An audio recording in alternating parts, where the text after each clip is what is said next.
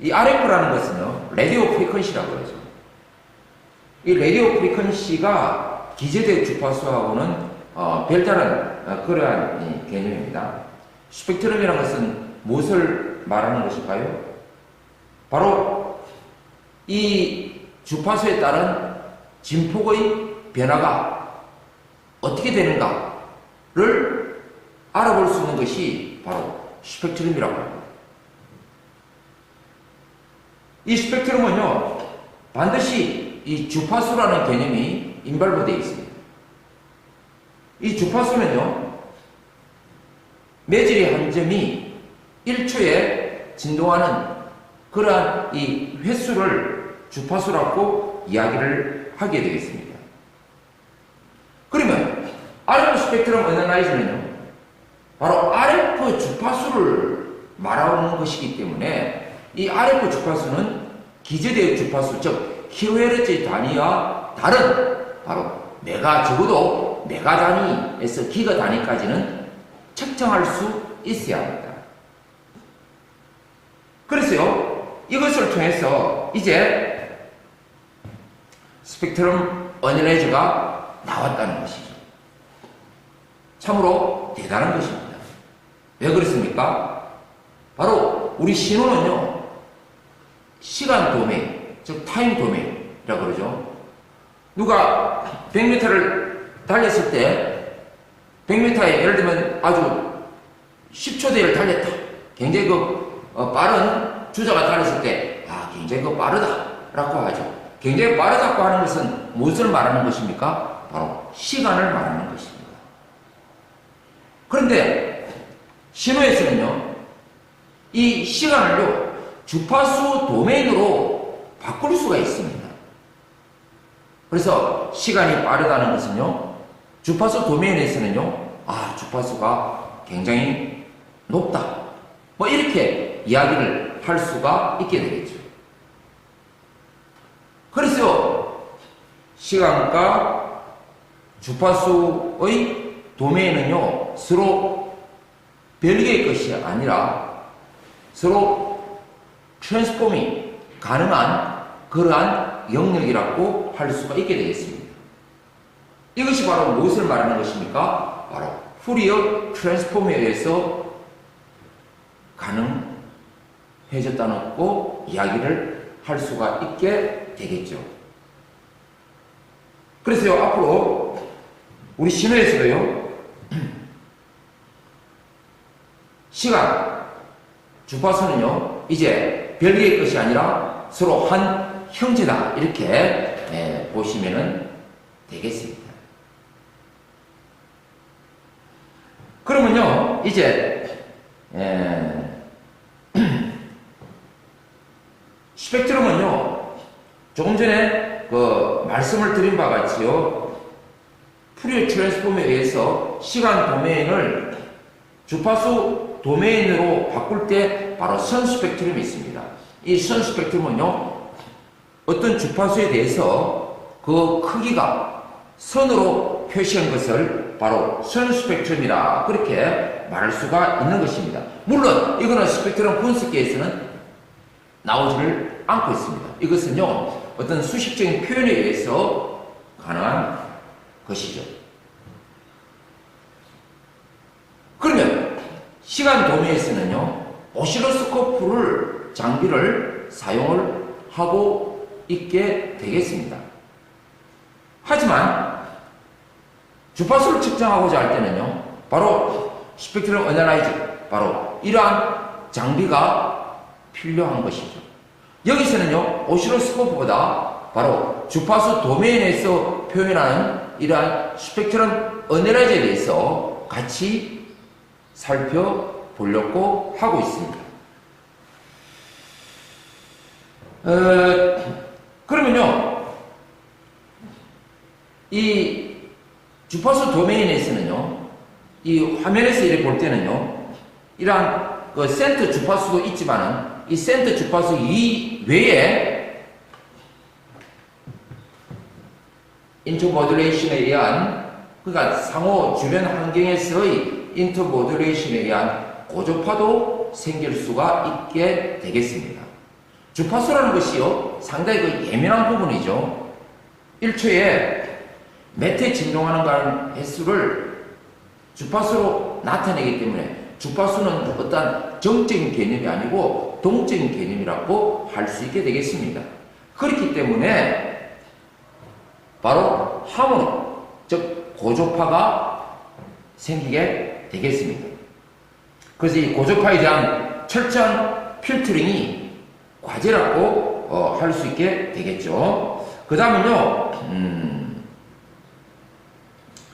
이 스펙트럼 어널라이저는요, 어떤 것을 측정할 수 있냐니까요. 먼저 이 주파수 대역을 측정할 수가 있습니다. 주파수 대역, 그 다음에 정확도, 그 다음에 레졸루션, 분해능이라고 하죠.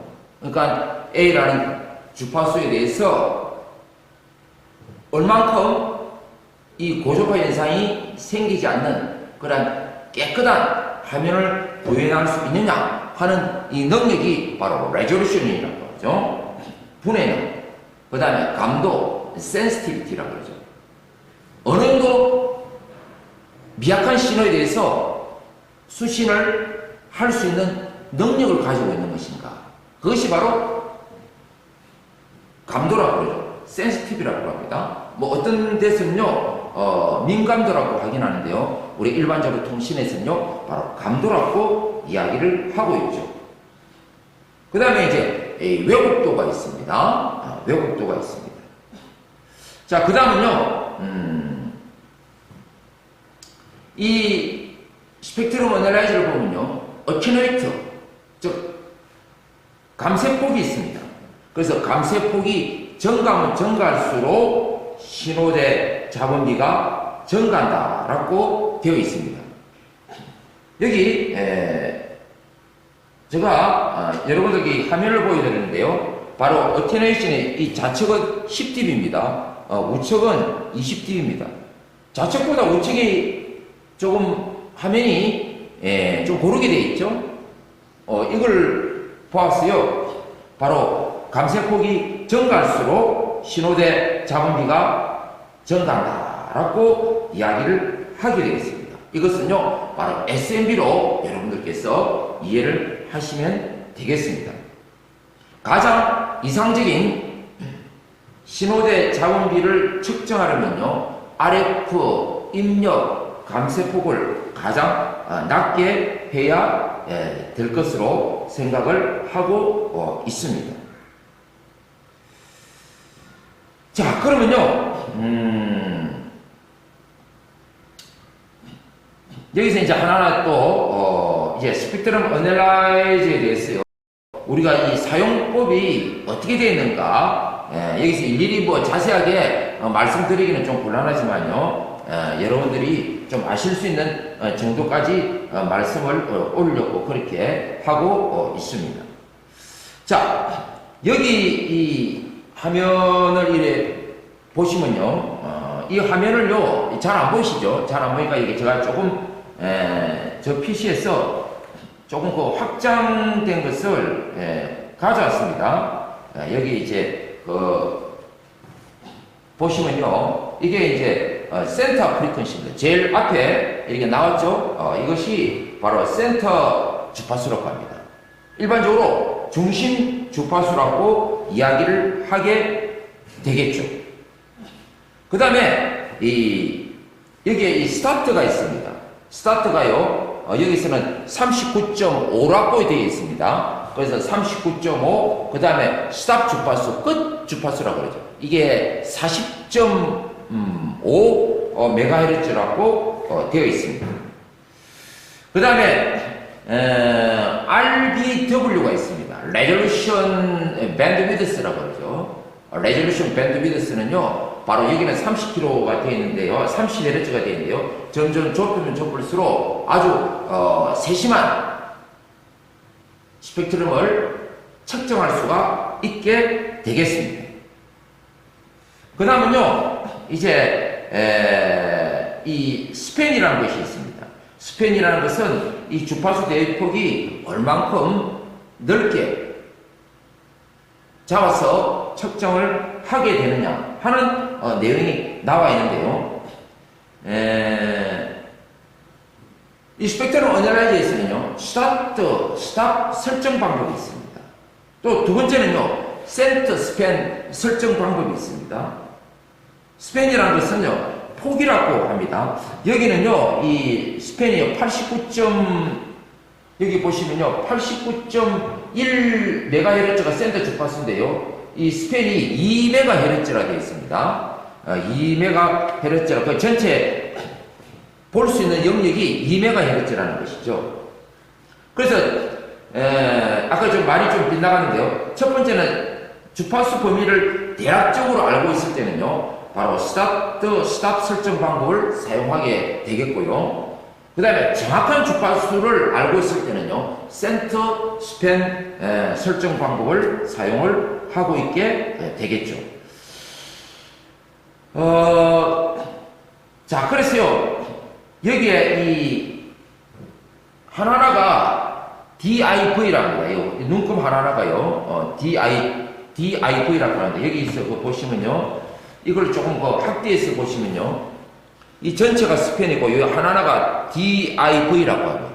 만약에 스팬이 4MHz이고 10개의 이 디비전을 가지고 있다면요, 한 디비전당 400kHz가 되는 것이죠.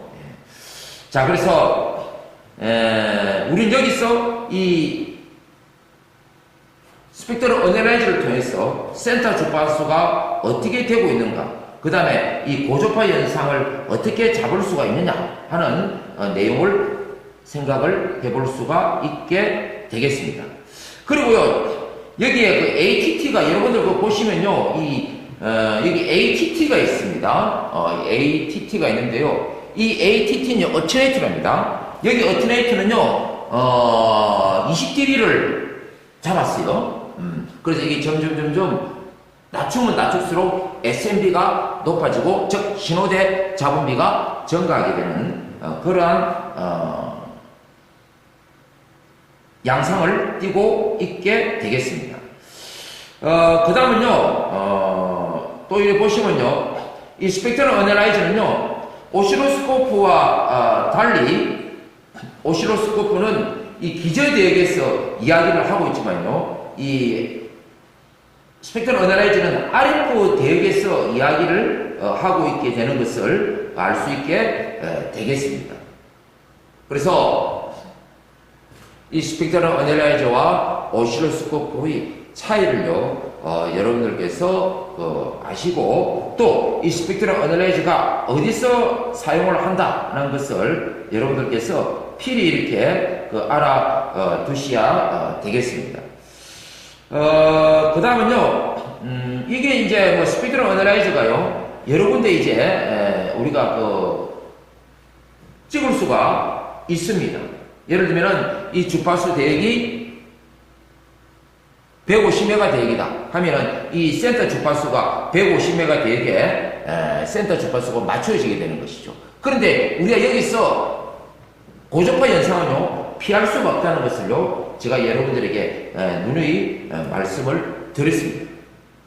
그래서 이 스펙트럼 어널라이저는요, 우리 무선 통신 시스템에서요, 가장 용이한 장비가 되겠고요, 이 용이한 장비를 통해서 주파수 간섭이 생기는 것인지, 그리고 이 무선 통신 시스템에서 기지국에서 뿌려주는 이러한 이 주파수가 어느 정도 되는 것인지를요, 바로 이 스펙트럼 어널라이저를 통해서 알 수가 있게 되겠습니다. 그래서 여러분들에게 일일이 자세하게 말씀을 드릴 수는 없지만요, 스펙트럼 어널라이저에 대한 이러한 내용이 도입 배경, 왜 스펙트럼 어널라이저가 필요한 것인가, 그리고 스펙트럼 어널라이저의 사용은 어떻게 해야 되는가, 그리고 안에 기능이 무엇이 있는가를 여러분들에게 말씀을 올렸습니다.